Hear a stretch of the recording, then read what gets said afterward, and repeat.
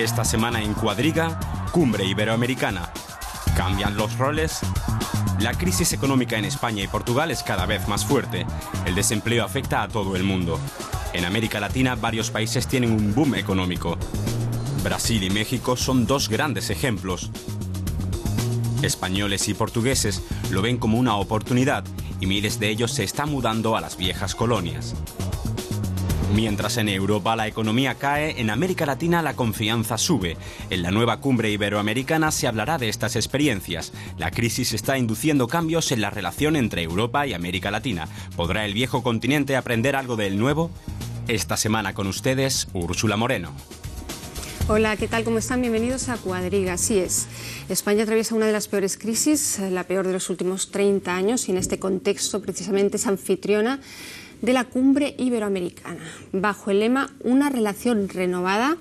Es el lema precisamente de esta cumbre que se celebra este fin de semana en Cádiz, en el sur de España. Pues bien, España mira precisamente ahora a Latinoamérica como una tabla salvadora, en busca de soluciones, de ese cambio de roles, precisamente de la situación que atraviesan España y Portugal, del estado de los países en Latinoamérica. Quiero hablar hoy con mis siguientes invitados que paso a presentarles. Gemma Casadeval es periodista española, hace 20 años que trabaja en Berlín como corresponsal para diarios españoles y forma parte del equipo de la agencia de noticias EFE. Viaja seguido a Latinoamérica como observadora electoral. Esteban Engel es periodista argentino, trabaja para la agencia de noticias dpa, fue corresponsal en Venezuela y Brasil, vive en Berlín, donde tiene a su cargo la sección Cultura y Medios de esta agencia alemana. Y Carlos Jesús González, periodista mexicano, estudió en Ciudad de México y Barcelona, se ha especializado en temas culturales y vive en Berlín, donde trabaja como corresponsal del Centro Alemán de Información, una web que publicita Alemania en Hispanoamérica. Bienvenidos a los tres, y precisamente el lema de esta cumbre dice: una relación renovada en el bicentenario de la Constitución de Cádiz. La agenda está abierta, pero ¿España hablará de algo más que de la crisis? Va a ser difícil, y sobre todo va a ser difícil que no le hablen a España de la crisis sus invitados. Esta cumbre, desde luego, no tiene para nada, la España que recibe esta cumbre no tiene nada para nada que ver con los orígenes de estas cumbres. En 1991 España era un país boyante, como Portugal, vivía un boom económico, o aparentaba vivir un boom económico. Los países latinoamericanos que recibía estaban, digamos, recién emancipándose de ciertas dictaduras, o de incluso un poco despidiéndose de la antigua sumisión a Estados Unidos. La situación ahora ha cambiado para España. España pasa una crisis que no solo es una crisis económica, sino también institucional. Hay una crisis muy fuerte de la monarquía. Esta semana tuvimos una huelga general. En una semana vamos a tener unas elecciones autonómicas en Cataluña, de las que puede desprenderse un fuerte soberanismo o una fuerte ansia soberanista. Y a todo eso la monarquía española, que actúa de anfitriona, no tiene una respuesta clara a lo que es la crisis española. Esa es la España que recibe Latinoamérica ahora mismo. Esos son todos los males de España, también están los males de Europa en general. ¿Cómo se ven las cosas desde Latinoamérica? ¿Temen el efecto contagio? No me parece. Es decir, la visión, por lo menos la visión que acabo de estar en la Argentina, la visión que se tiene de la crisis aquí en Europa es más bien una visión bastante distante. La Argentina, por ejemplo, pero otros países también están pasando por una especie de crecimiento económico que no se percibe en todos los sectores de la sociedad, y entonces la visión de Europa es un poco catastrofista. Por supuesto que uno, viendo las cosas de cerca, siempre las ve de otra forma, pero creo que hay un contraste muy grande entre, por ejemplo, la situación en la Argentina o supongo que en México y en Brasil, y lo que nosotros estamos viendo día a día aquí en televisión, desde Grecia, desde Francia, desde España, Portugal. En ese sentido creo que hay estados de ánimo diferentes, a eso me refiero. Hay un estado de ánimo diferente que creo que no es el que estamos viendo ahora aquí en Europa, ¿no?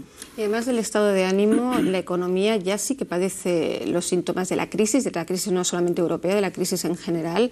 Exportan menos a Europa desde los países latinoamericanos, pero además está la desaceleración china, que también se hace sentir en Latinoamérica, ¿no?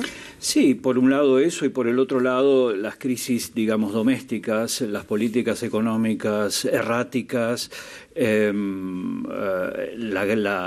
necesidad de incentivar aún más la demanda interna. Todo eso juega un papel. Es decir, yo creo que no es solo la dependencia europea, también es la dependencia de Estados Unidos. América Latina se está abriendo, se ha abierto al mundo asiático, al mundo del Pacífico, y en ese sentido la dependencia de Europa ya no es tan grande como lo podría haber sido hace 10, 15 años. Por eso creo que no se puede ver una reacción, digamos, uno a uno en crisis en Europa, consecuencias en la región latinoamericana. De hecho, una dependencia que quizás viene ahora más del otro lado, una dependencia de España, quizás de América Latina. ¿Se invierten por primera vez los roles? ¿Se va a hablar, tú crees, en esta cumbre precisamente de ese cambio de roles? Sí, yo creo que sí va a existir un poco de cambio de roles, en el sentido de que probablemente haya una migración nuevamente de España hacia países latinoamericanos en condiciones, por supuesto, muy diferentes a las que hubo en los años 20 del siglo pasado, sino más bien México y los demás países latinoamericanos saben qué podrían necesitar de España y de Portugal en este sentido, ¿no? Sabe que necesita, por ejemplo, un cambio de energías renovables. En ese sentido, España y Portugal podrían proveer de ingenieros, de nuevas tecnologías, etcétera, que necesita. Así que en ese sentido tal vez exista, por ejemplo, esta migración nueva de gente cualificada a América Latina, y eso me parece también que puede ser interesante y enriquecedor para América Latina. De migración se hablará también en la cumbre, está por lo menos en la agenda de la cumbre, y es que hay 1 millón de españoles ya en Latinoamérica y 1,5 millones de latinoamericanos ahora mismo en España que están padeciendo precisamente los efectos de la crisis. Lo vamos a ver dentro de nada, pero en cualquier caso de migración, de ese intercambio de flujos se va a hablar probablemente también mucho en la cumbre de Cádiz, ¿no?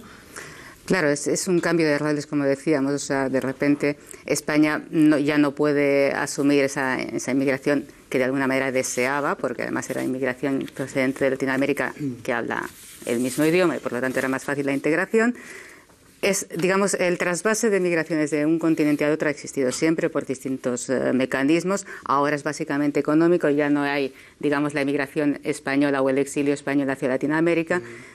Y el peligro que existe, de alguna manera, es que se caiga en actitudes revanchistas, es decir, no tienen algunos españoles o los españoles que vayan a algunos países de Latinoamérica no tienen por qué ser tan bien recibidos como lo fue el exilio español en esa época, en parte porque España no ha sido un buen receptor de parte de la inmigración que le ha llegado desde Latinoamérica, que de alguna manera, llegando a un país donde se hablaba su idioma, se han sentido realmente como maltratados o recibidos como ciudadanos a veces, digamos, de segunda clase, ¿no? Hay un revanchismo, o puede haber un revanchismo de alguna manera merecido, pero que las personas que vayan a ir ahí no son las causantes de esa, y lo van a sufrir. Entonces, de alguna manera, de cómo España maneje sus relaciones futuras con Latinoamérica puede depender que se reciba a los españoles de una manera o de otra. Españoles que, digamos, son víctimas de esa crisis, personas normales, personas que lo han hecho o que creían hacerlo todo bien, como esas personas que ahora mismo en España están adoptando decisiones desesperadas ante desahucios, como hemos visto esta semana pasada, ¿no? Que son gente que no ha hecho otra cosa que lo que les han dicho sus políticos y sus amigos banqueros, que es endeudarse. No pasa nada, que eso es algo que ha ocurrido no solo, digamos, en el último gobierno de Zapatero, sino en los anteriores, pero que hasta el final del gobierno de Zapatero se estaba diciendo a la gente: no, vuestra banca es sólida, endeudaros al 120%, a lo que sea, hasta límites absolutamente insufribles, no pasa nada, ¿no? Esta gente ahora está en situación desesperada y esto es consecuencia de la mala gestión de ese boom económico que hablábamos de 1991. Acabas de describir muy bien esa situación desesperada, los desahucios que están padeciendo también muchos latinoamericanos ahora mismo en España. La crisis es la que lleva a la gente a la calle, se sienten realmente con el agua al cuello, y tenemos unas imágenes que hemos preparado para ustedes precisamente del 14N, de una jornada dramática en España. Son imágenes de la segunda huelga general en menos de un año en España. Mariano Rajoy no lleva ni un año en el poder, es el anfitrión de la cumbre y solo siente el viento votado en contra. Hay más de 5 millones de españoles que quieren trabajar y no pueden. Muchas familias viven momentos difíciles. Las empresas tienen problemas porque no hay créditos, el déficit público alcanza casi el 10%. Los desahucios, ya lo decíamos, son una triste realidad que esta semana se saldó con 2 suicidios. Se cierran hospitales, se piden grandes esfuerzos y la gente no ve la luz al final del túnel. Por eso sale a la calle a protestar. Están crisis, la crisis que está padeciendo España, que está padeciendo Portugal, que está padeciendo Grecia, son crisis que también se conocen muy bien en Latinoamérica, y cito la del 82 en México, la del 2001 en Argentina. ¿Puede España aprender también de estas experiencias? Sí, yo creo que sí, que hay. Lo que me parece es que estamos hablando de las diferencias, pero creo que también habría que hablar de las analogías. Y me parece que si nosotros vemos las huelgas ahora en España y Portugal, las movilizaciones que tuvimos en la Argentina hasta ahora hace poco, con 1 millón de personas, una de las más grandes que se recuerda en la última década, los últimos 15 años, una huelga general anunciada, una movilización sindical anunciada para la semana próxima. Yo creo que más allá de las diferencias económicas hay una especie de hastío respecto a un sistema de gobierno, respecto a una definición de lo que es democracia. Yo creo que hay, digamos, tanto en España como en Portugal y en Grecia, pero también en América Latina. Creo que el caso venezolano también sería un ejemplo si vemos la actitud autoritaria del gobierno de Chávez, de una necesidad, de una ansia por participación. Es decir, si bien formalmente tenemos aquí en Europa y también en América Latina, en la mayoría de los países, democracias republicanas, estados de derecho, creo que hay un sentimiento de que grandes sectores de la sociedad no se sienten representados. Es decir, hay una crisis, si bien hay una legitimidad política, electoral, creo que no hay una legitimidad de hecho en muchos gobiernos. El caso de Chile también, las movilizaciones estudiantiles, sí. La situación en Bolivia. Es decir, que creo que tenemos ahí por un lado, formalmente democracias que funcionan, donde no se puede hablar de dictaduras, pero por el otro lado, podríamos seguir citando ejemplos, situaciones en las que grandes sectores de la población no se sienten representados. Sí, es una especie de contradicción entre, por una parte, esa especie de desgaste de las instituciones democráticas que no responden a lo que la gente desea o aspira, o por lo que se les paga incluso, vamos a verlo así, y por otra parte, no existe una auténtica democracia directa, por mucho que algunos gobiernos, sobre todo en Latinoamérica, se llenen la boca de la palabra democracia directa. No existe. O sea, de momento, por una parte hay esa ansia de la población de participar, porque ven que son sus derechos los que están en juego y su existencia, y por otra parte, las instituciones democráticas, y sobre todo en Europa, donde encima tenemos las instituciones democráticas de nuestro país, más luego las supraorganizaciones, que son las que realmente acaban dominando sobre nuestras vidas, que no dan respuesta a ese ímpetu de la gente. Entonces, en realidad en España también sorprende que con la que está cayendo, como decimos allí, de alguna manera tampoco hay tanta gente en la calle que esté saliendo todos los días. O sea, hay muchos sectores que lo están haciendo, pero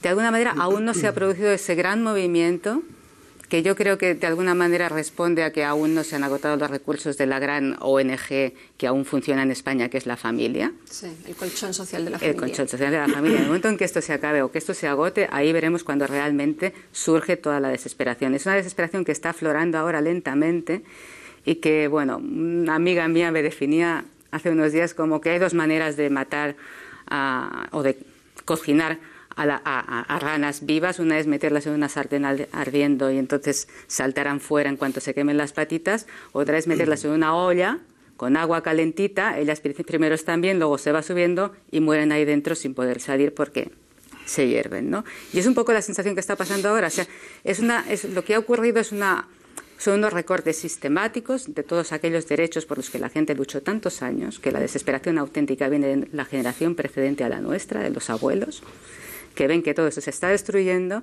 pero no se destruye hay como una especie de maquinaria lenta, de fuego lento, que hace que la gente no reaccione a tiempo, o cuando reacciona ya está cocida en la desesperación. ¿no? Estamos desmontando un poco, perdona, las democracias europeas, desde luego, y lo que decíais, ¿no? Que se sienten un poco son dominados, que son otros los que toman las decisiones por ellos.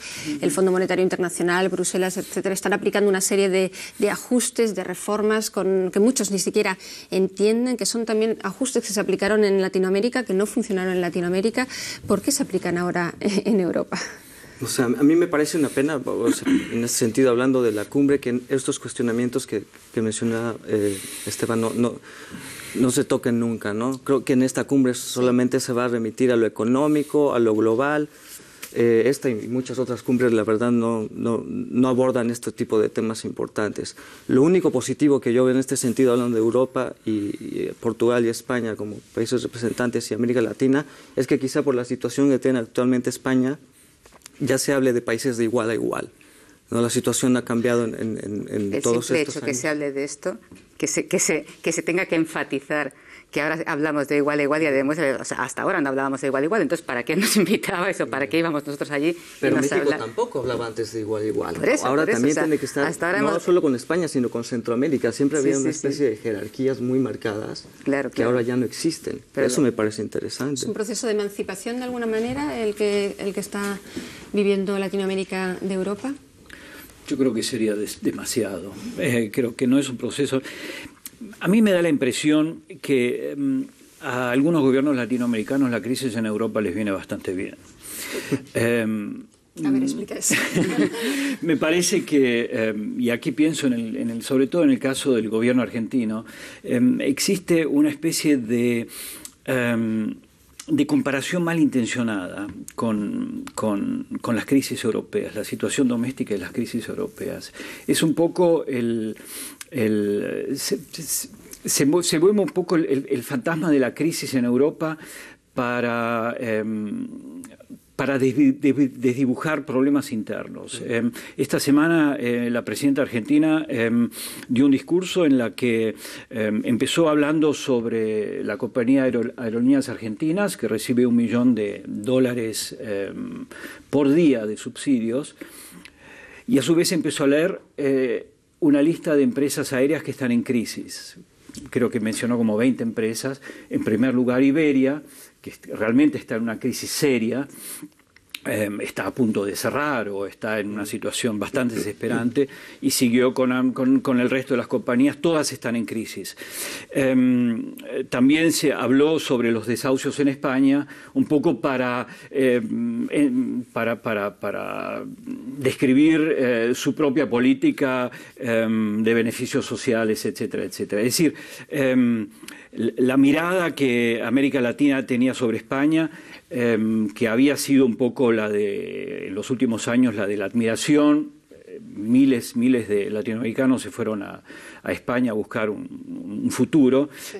Esa mirada está cambiando y está siendo instrumentalizada para fines políticos muy claros. Por lo menos en el caso argentino eso me parece muy evidente, y no me sorprendería que sea así en otros países.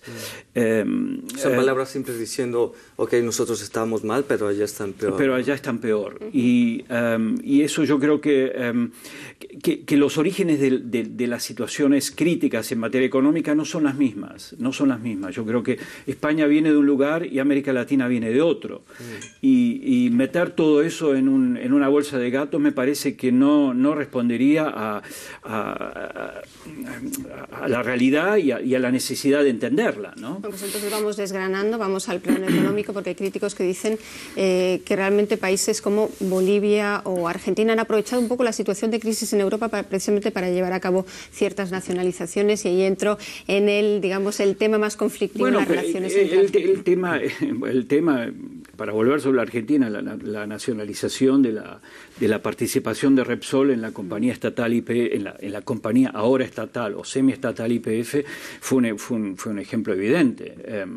Lo que quizá habría que mencionar a pie de página es que Repsol acaba de publicar sus resultados y le va mejor que nunca, precisamente desde que se deshizo de la participación de YPF. En ese sentido me parece que hay una especie de, o sea, yo creo que hay que cuidarse de un cierto antiimperialismo, antihispanismo, anticolonialismo de pacotilla. Me parece que eso hoy ya no sirve para explicar nada. Vivimos en una economía globalizada en la que España, Grecia, Francia, Alemania son actores, pero no hay un actor decisivo y no hay una fuente de nuestros males. Y yo creo que eso es lo que... Hay que evitar reflejar, digamos, que la crisis de otros refleje nuestra prosperidad. Eso es un mal ejemplo, sobre todo porque si algo hay que aprender de esta crisis que está sufriendo ahora España y otros países del sur de Europa es que la lección no tiene que ser avanzar hacia una sociedad, digamos, donde la brecha social sea cada vez mayor, que es lo que está pasando ya, no solo en España y Portugal, sino también en países como Alemania, donde un 10% de la población acumula más de la mitad, creo que el 70 o el 80% del patrimonio total del país, ¿no? La brecha social está creciendo en Europa y eso debería apenarnos a todos, porque en el fondo lo que no podemos tender es a imaginar que la sociedad ideal sea esa tan parecida a algunas zonas de Latinoamérica, donde una mitad de la población vive bien o muy bien y la otra mal o muy mal. Europa fue durante muchos años, digamos, la panacea se reflejaba esa especie de ideal de sociedad igualitaria, ahora ya no. Entonces lo que tiene que tender tanto España y los otros países europeos que ahora están sufriendo la crisis como Latinoamérica es avanzar a ese modelo de sociedad igualitaria, no a la sociedad, digamos, dividida entre ricos y pobres, que es lo que va a acabar pasando si no lo corregimos a tiempo. Y para ello se buscan instrumentos muy concretos, se ven instrumentos en la cumbre, perdona, Carlos Sí, Jesús. creo que justo dentro de los instrumentos, Enrique Iglesias, el responsable de la Secretaría de la cumbre, enfatizó que una de las apuestas es fortalecer la micro, la mediana y la pequeña industria, ¿no? Creo que si las cosas van por ahí, que según leía datos, el 95% del fuerte son empresas de estas características que otorgan más o menos el 60% de los empleos. Si por ahí vienen los refuerzos, creo que sería un acto positivo. O sea, si se refuerza el marco jurídico también para que puedan haber intercambio entre este tipo de empresas, porque digo, está bien que Slim compre parte de CaixaBank o que Framovich creo que está interesado en comprar una aerolínea del Estado portugués a nivel macro, pero eso creo que no repercute o impacta de la manera en que deberían las economías, como si es más bien a nivel más modesto. Crear contactos entre las pymes de uno y otro lado del Atlántico es precisamente uno de los objetivos de esta cumbre, y otro de los objetivos precisamente para dirimir este tipo de conflictos como el de Repsol y YPF, una comisión de arbitraje para este tipo de litigios comerciales, ¿no? Sí, ese es uno de los objetivos principales, pero bueno, tenemos en cuenta también que no va a estar Cristina, ¿no? Que es una de las personas que a lo mejor... Pero está Evo Morales, por ejemplo. Sí, está Evo Morales y va a estar el segundo de Cristina, va a estar Vudú, ¿no? Por lo que entiendo, o está ya. Entonces, sí, o sea, ese es uno de los grandes problemas. Ahora mismo los litigios se eternizan entre distintos organismos paralelos o tal, pero también, además de ese problema entre dos organismos paralelos que no resuelven o eternizan los litigios que hay entre dos países y que cuando acaban resolviéndose la situación ya es otra, que es lo que acaba pasando, ¿no? Además de eso, también hay una cierta sensación de sobredosis de cumbres y organismos internacionales paralelos que se dicen integradores y que acaban desintegrando, o sea, porque en realidad reflejan... Ahora estamos mirando en Latinoamérica, ¿no? Bueno, o en el continente americano. Tenemos la OEA, Mercosur, UNASUR, Comunidad Andina. Tenemos una serie de teóricos instrumentos integradores en los que siempre acaba faltando uno, porque resulta que tan integradores no son, porque no consiguen integrar al que no les gustó, ¿no? O que se siente excluido. Y además estas cumbres, la cumbre de ahora de Cádiz, que en realidad también otra de las cosas que está en estudio es pasarla a vía anual, porque hay un cierto agotamiento ya de una escenografía que encima es un poco anacrónica, ¿no? De reunir allí a todos y acaba saliendo un documento que en realidad lo han preparado los fontaneros, es decir, los funcionarios de antemano, y que lo único que tienen que hacer ahí... O sea, lo que la gente percibe de esas grandes reuniones con tantos líderes, en esta hay 22, parece ser, si no hay sorpresas al final, hay 22, es ¿para qué sirve esto? Porque en realidad lo que sí acaba pasando en lo que son las reuniones paralelas, los confesionarios o bilaterales, donde tal vez sí hay un acercamiento, ¿no? Pero lo que realmente se ve, el documento final, acaba no siendo nada. El organismo de arbitraje que vamos a ver nacer probablemente, en Brasilia probablemente, tampoco se verá aquí. Entonces, nunca se ven acuerdos reales ni se ven avances reales en unas situaciones, en unas cumbres que cuestan millones, que además crean tremendas incomodidades a la población local porque no pueden moverse durante un montón de días.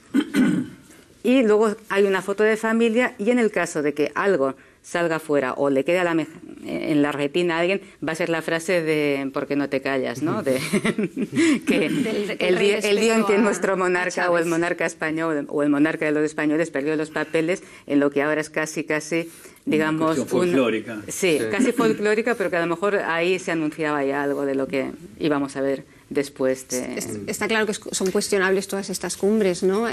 Pero no dejan de ser el foro, el punto de encuentro de los mandatarios, jefes de Estado con otros mandatarios y sobre todo, por lo que vemos por los diferentes mandatarios latinoamericanos que ya están en Europa, aprovechan también para tener encuentros con comunidades de empresarios, con grupos de poder económico, ¿no? Que es lo que está haciendo Mujica en estos momentos, que es lo que están haciendo muchos de los mandatarios latinoamericanos que están en Europa, aprovechan la cumbre, ahí tienen que hacer acto de presencia, pero no deja de ser un punto de encuentro y por eso también las grandes ausencias, porque Cristina no viene a Cádiz, pero va a la UNASUR, va al Mercosur a principios de diciembre, o sea, ¿cómo se explica la ausencia de Cristina? Bueno, no, oficialmente eso hay motivos de salud de la presidenta y no tengo razones para dudar de eso. Yo creo que seguramente ahora ir a España después de lo que sucedió con Repsol y YPF no debe ser lo más fácil, aunque yo creo que para la presidenta argentina no, es decir, es una mujer hábil que sabe defenderse, sí, no necesita ayuda y no creo que escabulla el conflicto. No ha sido para nada descortés además, porque se ha disculpado varias veces. Y, y Argentina va a estar bien representada. Tuvo una conversación muy amigable con el rey, disculpándose, y con Mariano Rajoy. En ese sentido no creo que haya ninguna animosidad. Hay problemas económicos y políticos reales, sobre todo económicos por la expropiación de Repsol. Pero no creo que ese sea, que no haya más que un motivo de salud, por lo menos. Eso es lo que creo hasta ahora. Estando ausente Cristina, un poco la estrella de la cumbre va a ser Dilma Rousseff, ¿no? La mandataria brasileña, que además es la primera visita oficial que realiza España desde que asumió en el 2011. Sí, además en el caso de Brasil, digamos, es un país que está en el G20, de alguna manera refleja esa emergencia latinoamericana junto con México, ¿no? Es decir, la estrella va a ser ella, otra estrella puede ser Santos, cuidado, porque Santos ahora mismo, el presidente colombiano, se presenta como artífice de un proceso de paz muy importante, no solo para su país, sino para toda la región. Precisamente hoy en La Habana, ¿no? Que arranca hoy. Iba a comenzar hoy, pero se ha retrasado al lunes. Los procesos de paz son siempre muy complicados. Este proceso de paz es además muy volátil porque estamos hablando de un proceso de paz en un momento en que en Colombia se sigue matando y muriendo porque no hay una tregua. Y eso es así, de manera que en cualquier momento se puede romper por algún suceso. Pero es cierto que Santos ha dado un paso de liberación respecto al uribismo que le colocó en el poder en un momento dado y que ahora es su principal rival. El uribismo representa el intento de acabar con la guerrilla por medios militares, lo que cualquier persona que sepa del conflicto sabe que no va a ocurrir jamás, porque no hay ningún conflicto en la historia de la humanidad que haya acabado simplemente con soluciones militares. La opción de Santos es la opción del diálogo. Es un proceso muy complicado, pero que le presenta a él como artífice de esa esperanza nueva, insisto, no solo para su país, sino para toda la región, porque están implicados en el proceso de paz también Venezuela, también Cuba, que de alguna manera se convierte junto con... O sea, Cuba queda con Noruega como país facilitador de un proceso de paz. En el caso de Noruega eso siempre ha sido así, porque los escandinavos han participado en prácticamente todos los procesos de paz del mundo. Cuba es un país que necesita rehabilitarse internacionalmente y eso le puede ayudar, de manera que si ese proceso llega a buen fin, puede cambiar mucho toda la región y además también es algo que en España puede hacer pensar a más de uno acerca de otros conflictos que existen en España y que parece que no se pueden resolver porque nunca nos vamos a creer las propuestas de paz del terrorismo, por ejemplo. A mí me parece importante lo que decís respecto al tema del diálogo, porque yo creo que la búsqueda de consensos en situaciones de crisis es fundamental. Y me parece que hay tan duro como el colombiano. Como el colombiano. Pero 50 años es un conflicto de décadas. Pero yo creo que esa misma búsqueda de consenso también puede referirse a otras sociedades latinoamericanas.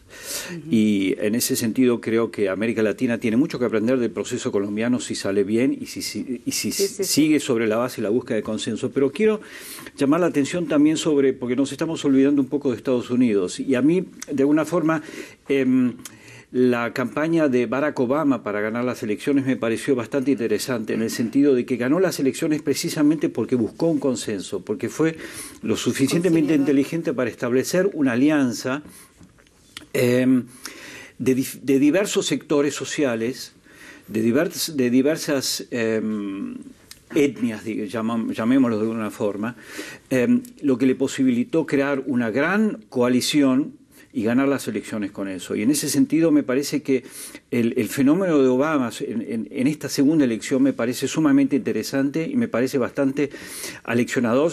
Ahí yo creo que América Latina tiene algo para aprender. Es decir, la idea de que los políticos pueden basar su poder sobre un grupo homogéneo de seguidores, un partido, una clase, una región, lo que sea. Yo creo que esa idea también, de esa idea nos estamos despidiendo también. Y ahí en ese sentido me parece que ese fenómeno global de la búsqueda de nuevas formas de representación, de nuevos consensos, que no necesariamente tienen que ver con categorías que hasta ahora manejábamos, categorías de clase, categorías estrictamente partidistas o políticas. Yo creo que eso es fundamental para pasar esta crisis, para que la crisis o para que la solución de la crisis tenga una base de legitimidad. Pues ya que hablas del fenómeno Obama, ¿cómo se ve? Vamos a preguntar al mexicano en nuestra ronda cómo se ve la crisis europea desde México y cómo se han vivido estas elecciones desde México. Bueno, sin duda Estados Unidos es nuestro primer socio comercial y estuvimos muy al pendiente de las elecciones. Sí estoy de acuerdo con Esteban en cuanto a las lecciones que se pueden aprender de esto, pero no hay que olvidar tampoco que Obama ganó mucho gracias al voto latino, ¿no? Porque tiene un compromiso muy pendiente que es la reforma migratoria, que eso es fundamental para países como México. O sea, no es posible que se siga alargando el llegar a este acuerdo de la reforma migratoria, porque sabemos que la mayor parte de los migrantes que no están en una situación estable y legal allá son mexicanos. Entonces ha mirado con lupa un poco México a Obama, y claro, ahora pues viene esta cuestión también de que coincide con el nuevo presidente electo, que es Enrique Peña Nieto, que si no mal recuerdo se reunirá con Obama todavía aún no asumiendo poderes, sino a finales de mes todavía, después de hacer la gira por Centroamérica, que era algo que yo quería tocar, porque empezó con Centroamérica, fue una gira un poco truncada porque quería ver a varios presidentes de la región, al final solo fue con Guatemala, se siguió con Sudamérica, luego Europa y ahora cierra con Estados Unidos, ¿no? Que la señal está clara de la importancia que ha adquirido también la región centroamericana y México no tiene que mirar solamente al norte, sino ya se dio cuenta de que también mirando al sur hay posibilidades de incentivar la economía. Y al Pacífico, como decíamos antes. De todas formas, ¿le resta importancia o el hecho de que venga Felipe Calderón y no venga Peña Nieto a la cumbre iberoamericana? Yo creo que es el último viaje que hará el exterior, es la despedida de Calderón de alguna manera. Él lo remarcó, simplemente quiere de alguna forma el que México siga siendo un actor central en estas cumbres, en estas reuniones. Yo creo que en este sentido México ciertamente ve con celo a Brasil, que que ha tomado la presencia que de alguna forma históricamente tuvo México durante mucho tiempo. Empezó esto con Fox por malas decisiones diplomáticas, luego con Calderón se centró en la guerra contra el narcotráfico, etcétera. Diferentes factores causaron que la presencia que tenía en la región latinoamericana México se perdiera, ¿no? Y yo creo que la intención justo de ahora que sale, quizá allanarle el camino a Peña Nieto, hablo de Calderón, allanarle el camino un poco para retomar esta presencia que tenía, que ha perdido, que ha dejado olvidada, ¿no? Y hablamos de cómo mira México, cómo mira algunos países a Europa, pero realmente, bueno, Europa tiene que mirar España tiene que mirar a Latinoamérica porque tiene empresas bancarias, telefónicas y demás. Sigue siendo el segundo inversor, por lo que dicen. Después de Estados Unidos, España es el segundo inversor en Latinoamérica, así que... creo que Telefónica es ahora mismo una empresa que en el último trimestre ha cosechado más beneficios en Latinoamérica de los que cosecha en el resto del mundo, lo que da bastante que pensar. Pero hablabas antes del Pacífico. ¿Puede ser que Latinoamérica esté mirando ahora mismo más a China y al Pacífico que Europa? ¿Es ya cosa del pasado? Bueno, China sobre todo se ha convertido en un actor económico fundamental. En el banquero. En el banquero, pero también en el comprador de materias primas. Es decir... Estoy pensando en la soja argentina, el principal comprador es China. China además tiene la ventaja de que no pregunta. Y China no hace negocios no hace preguntas desagradables y en ese sentido es un buen socio. Claro, la demanda china de materias primas es de una voracidad implacable y digamos, yo creo que hay una especie de sensación de que bueno, mientras dure la fiesta vamos a seguir en ella. Vamos a ver cuánto tiempo va a durar la fiesta china y ya estamos viendo síntomas de desgaste y de digamos del fin de este camino que parecía tan promisorio. Muchas empresas europeas se están retirando de la China.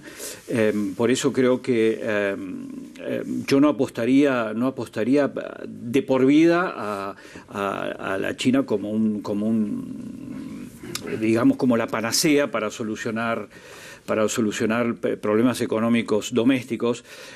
Creo que sobre todo porque las materias primas tienen también su límite, refuerza un modelo de producción, un modelo económico que creo que del que deberíamos despedirnos, es decir, el modelo de la monoproducción, el modelo agroexportador es un modelo que funciona mientras funciona, pero cuando deja de funcionar es trágico. Es trágico. Tiene siempre fecha de caducidad. Y, exactamente, tiene fecha de vencimiento y no la conocemos todavía, pero que tiene fecha de vencimiento, y en ese sentido yo creo que lo importante es que las economías latinoamericanas se preparen con modelos alternativos de incentivar el mercado, la producción propia del mercado interno, cosa que Brasil está haciendo muy bien. Hay que reconocer, Brasil en ese sentido es de alguna forma en muchos sentidos el ejemplo a seguir, ¿no? A propósito de Brasil y China, quiero aportar algunos datos que creo que son bastante esclarecedores. Todo el mundo tiene la mirada puesta en China, pero por ejemplo España sigue estando muy presente en Latinoamérica. China ya es el principal socio comercial, como decíamos, de Brasil y Chile, el segundo de Argentina y Colombia y el tercero de México, y no obstante en el 2011 la inversión extranjera directa, el 14% provino de España y solo el 1% de China. Es decir, que todavía tiene un largo camino que recorrer China para llegar a ese nivel de introducción en la economía latinoamericana que tiene, por ejemplo, España, ¿no?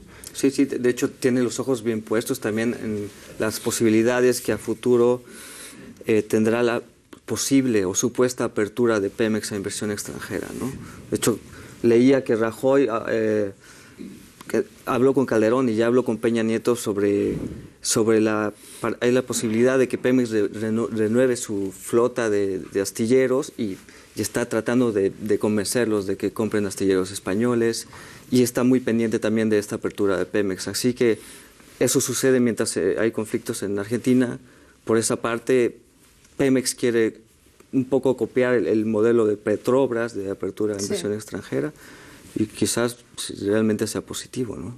Relaciones básicamente comerciales, aunque queramos hablar de consenso y de comunicación. En la cumbre nos vamos acercando al final. ¿Qué podría salir de la cumbre? ¿Qué sería un éxito? ¿Qué podría pasar a la historia? Se podría decir aquí, aunque en las cumbres ocurran pocas cosas, como decías antes, la declaración ya está prácticamente firmada. ¿Qué podría ser lo positivo que arrojara la cumbre de Cádiz? Lo positivo exactamente no lo sé, pero yo pienso que que parte de la atención va a estar centrada en el papel de Juan Carlos, del rey de España, porque ha sido hasta ahora, ha estado presente hasta ahora todas las cumbres y esta probablemente sea su última cumbre, no solo por edad, sino porque básicamente está delegando en su hijo y también porque, por lo que habría ido explicando lo de la crisis institucional de la monarquía española. Es decir, Juan Carlos ha hecho una serie de cosas mal, no solo porque ha ido a cazar elefantes, sino porque ha hecho otras cosas, porque hay un problema. Y uno de los problemas de España es que durante muchos años se ha querido ignorar, a base de esa especie de consigna de Estado de que el rey es garante de la estabilidad y la democracia, se ha querido ignorar que hay un alma republicana que ahora está aflorando. Esta alma republicana ha existido siempre, porque España, en la mayoría de las familias españolas, como la mía, no sé si la tuya, ha habido un abuelo republicano y un abuelo falangista que han convivido, que han festejado Navidades juntos, que no se han peleado entre sí, porque el republicano durante todos estos años cayó y hizo como que acataba a la monarquía. La monarquía está en descrédito, el alma republicana está saliendo. A los abuelos se les quiere siempre, da igual lo que haya hecho en la guerra, nunca se les pregunta, pero hay un abuelo al que se quiere más que al otro. Y el abuelo, ahora digamos... es el turno del abuelo republicano. El abuelo republicano tiene la grandeza del perdedor, porque su causa era la causa justa. Y eso tarde o temprano sale. No tenemos tiempo, pero quiero al menos escuchar desde el punto de vista latinoamericano qué podría arrojar esta cumbre de positivo. No sé. Carlos, ¿es una oportunidad? Yo creo que positivo, es decir, es positivo de que se hable. Es importante hablar, es importante mantener los canales abiertos y tener un foro en donde de alguna forma se diriman los conflictos, pero como dijo Gema, la declaración final ya está formulada, en algún lado debe estar, pero yo creo que estas cumbres tienen un valor simbólico que es importante y ese valor simbólico creo que hay que mantenerlo, porque la política al fin y al cabo también vive de símbolos, ¿no? Y quizá España pueda aprovechar para dar una lección de humildad, ¿no? La oportunidad. Perfecto. Sería bueno. Pues sí que hemos sacado 3 conclusiones. Ojalá nos hagan caso. Ya saben, la cumbre iberoamericana se celebra este fin de semana, el sábado concretamente, en la ciudad de Cádiz, en el sur de España. Para informarse, no dejen de ver el Journal y de leer nuestra página web dw.de. Escríbanos a Cuadriga y hasta la próxima ocasión. Gracias a los 3 por estar aquí y a ustedes por seguirnos. Hasta pronto.